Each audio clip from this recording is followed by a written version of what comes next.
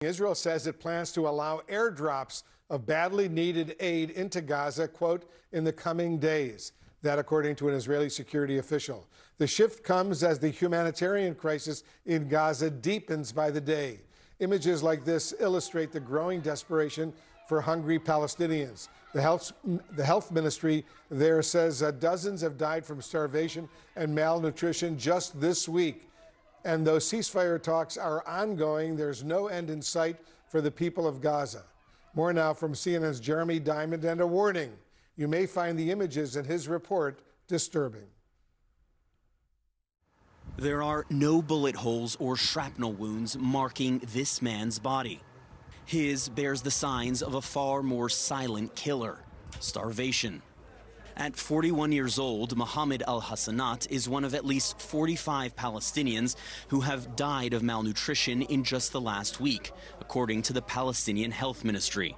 An entirely man-made humanitarian crisis in Gaza, now reaching unprecedented levels. The question now is not whether starvation will claim more lives, but who will be its next victim. Most food stocks have run dry. Malnutrition cases are skyrocketing, and there is only so much Gaza's under-resourced hospitals can do. At one of the few soup kitchens still serving meals, the growing desperation of Gaza's population of more than 2 million is clear as day. 28 Western nations, more than 100 humanitarian aid organizations, and top UN officials have all said Israeli policies are to blame for the starvation crisis now unfolding. That's because Israel imposed a total siege of Gaza between March and May. And since then, Israeli restrictions on the entry and distribution of aid have snowballed into an utterly avoidable disaster. I don't know what you would call it other than mass starvation. And it's man-made. And that's very clear. And this is because of blockade. Israel denies it is using starvation as a weapon, pointing to hundreds of aid trucks inside Gaza awaiting UN pickup. The UN says Israeli authorities have repeatedly failed to authorize safe routes to pick up those stockpiles. But the reality of starvation is impossible to deny, including for Israeli news channels, which rarely broadcast such images. Fadia Abu Namus has been in line since 6 a.m., hoping to fill a pot of lentil soup to feed the 9 members of her family. We've had enough of starvation and oppression, enough of staying in the streets like dogs, where no one looks at us, where we can't find anything for our children to eat or drink. Signs of hunger are everywhere in Gaza. This man collapsed while sifting through the wreckage of the latest Israeli offensive. He says he hasn't eaten anything lately but scraps of bread. Moments later, his body gives out on him again. He is simply too weak to go on. Jeremy Diamond, CNN, Tel Aviv. Horrible situation indeed. We're joined now by Jada Doyen McKenna. She's the CEO of Mercy Corps, a global team of humanitarians working on the front lines of the world's biggest crises, including, of course, Gaza.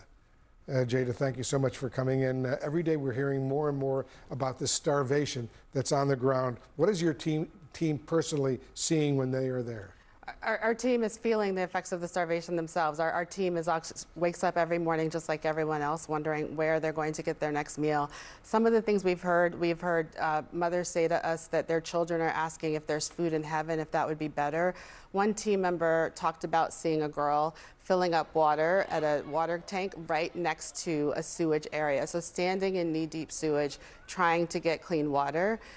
We visit families and say everyone in the family has infections, scars, sicknesses, all that from lack of clean water, and on top of systems that are people that are depleted from lack of food. Because we know that dozens and dozens of humanitarian groups are warning that doctors, journalists, aid workers are going hungry alongside what's going on in Gaza right now.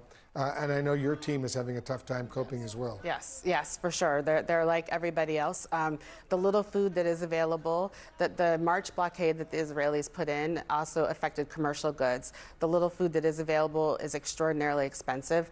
Our team reported that a sack of flour was going for $480 US in the marketplace.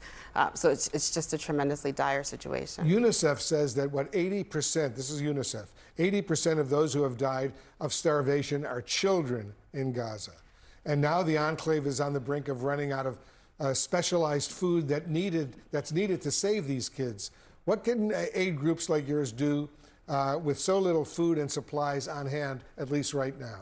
Yeah, right now we are providing water and other services, but this is very solvable. It's man-made and it's solvable. We need a ceasefire. We need Israel. We need a resumption of the UN food distribution points and the UN aid distribution system, and we need unfettered access to get food in to serve people. At this point, when people are dying of deaths, this is a long process, and it's a weeks and months buildup. So you go from long-term nutrition deficit to severe malnutrition, ultimately death. At this point, people need more than food. They need malnutrition treatment. They need therapeutic foods. They need medical care. We need to go in with complete solutions to stop this from really tipping into a mass death event. As you know, Jada, Israel says it stopped the previous aid distribution system because it claims Hamas was stealing so much of that food. What do you know about that? We have seen no evidence of that, and there was a report today that a USAID investigation going back to 2023 saw no widespread evidence of that. But even if that were the case, the way to prevent that, the way to make food aid less of a commodity or less of a hot ticket to be stolen is to flood the zone and make food and supplies widely available. The Gaza Humanitarian Aid Foundation, which is supported by Israel and the U.S. for that matter, says it distributed 91 million meals over the last 2 months alone in Gaza. Is that enough? That's a drop in the bucket. It is not enough. And that is a system where they have 4 distribution sites as opposed to the 400 that are in place with the UN system. People are forced to walk miles and miles. They're forced to cross military lines to enter that system. And that's especially difficult for people who are vulnerable, seniors, women, pregnant people, children, to access those sites. So Israel now has announced that it's going to begin airdrops of food and other humanitarian aid to folks in Gaza. How is that? How are those airdrops going to be distributed? Airdrops are a stunt, and they're a stunt. They're inefficient. People die getting hit by food, and it's not efficient. If you're worried about Hamas taking food, you have no control over where airdrops go, no control over the most vulnerable people getting them. And the solution's just very easy. Open the borders, let aid in, let aid agencies do their job. Let us do our work. Airdrops, it's a stunt. It's not meant to seriously address the issue.